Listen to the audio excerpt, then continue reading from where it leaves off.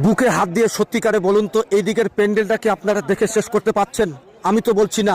এই প্যান্ডেলের নিচে ধনী গরিব, মেম্বার প্রধান, টাকাওয়ালা মাস্টার সবাই এই প্লাস্টিকের নিচে দেখুন কিভাবে শুয়ে আছে। এটাকে বলে ইমানি জজবা। এদিকে দেখুন, এদিকেও আপনারা দেখে শেষ করতে পারবেন না প্যান্ডেল। এতগুলো মানুষ বিশ্ব ইজতেমায় এসেছে। এটা শুধু একটা ব্লকের, চপড়া ব্লক যাকে বলা হয়, মানে এটা একটা ব্লকের আছে, আরো বাইরের কিছু মানুষ।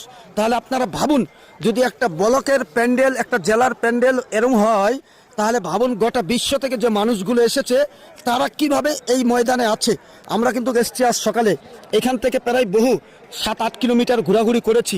আমরা এখনো যে বিশ্ব ইজতেমার মেন মঞ্চ, যেটা বিশ্ব ইজতেমার প্যান্ডেল, যেখানে বায়ান হয়, বক্তৃতা হয়, সেটা কিন্তু আমরা এখনো খুঁজে পাইনি।